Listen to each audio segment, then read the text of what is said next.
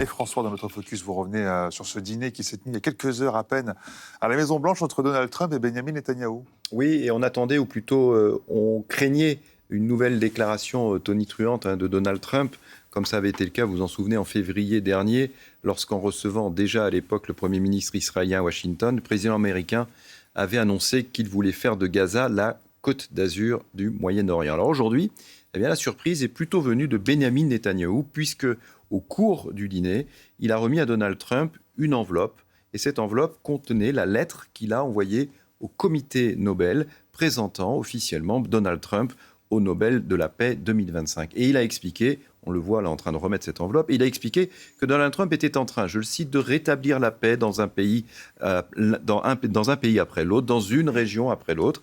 Alors évidemment, il y a beaucoup de flagornerie dans cette démarche. Benjamin Netanyahou sait que Donald Trump veut à tout prix le Nobel de la paix parce que pourquoi ? Parce que Barack Obama l'avait eu. Au passage, d'ailleurs, on peut quand même s'interroger sur la justification qui a donné à Barack Obama le Nobel de la paix. Alors, Donald Trump aura-t-il le Nobel de la paix cette année, en 2025 ? Ce qui est sûr, c'est que ce ne sera pas le cas cette année, en 2025, parce que cette candidature arrive trop tard. Quant au Nobel 2026, ça laisse un peu de temps, d'autant que la situation au Moyen-Orient est loin d'être stabilisée. Alors l'objectif numéro 1 de cette rencontre au sommet, c'était le cessez-le-feu à Gaza. Absolument, Donald Trump l'a dit, il l'a répété, il est convaincu que le Hamas est prêt à accepter un cessez-le-feu à Gaza. Ce week-end, il avait même déclaré qu'il espérait un accord dès cette semaine. Mais Benjamin Netanyahou, lui, de son côté, s'est montré, on va dire, beaucoup plus évasif sur la question.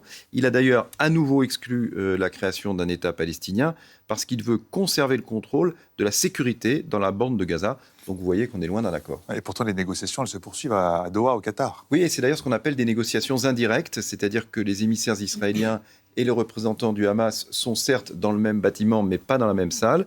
Et du coup, les médiateurs qataris, égyptiens et américains font la navette entre les deux salles pour essayer d'obtenir un accord entre les deux ennemis avec des propositions et des contre-propositions des uns et des autres. Alors la base de la discussion, c'est un cessez-le-feu de 60 jours avec la libération par le Hamas de 10 otages israéliens contre des prisonniers palestiniens, mais les pourparlers autour de la mise en œuvre des détails de cette trêve sont extrêmement difficiles. Le Hamas exige en particulier l'entrée dans Gaza de 500 à 600 camions d'aide humanitaire qui seraient ensuite distribués par des agences de l'ONU et non pas par l'organisme créé spécialement par Israël et par les États-Unis, justement pour remplacer l'ONU. Donc, vous le voyez, des deux côtés, on part de loin. Et pendant ce temps, eh bien, à Gaza, les frappes israéliennes se poursuivent.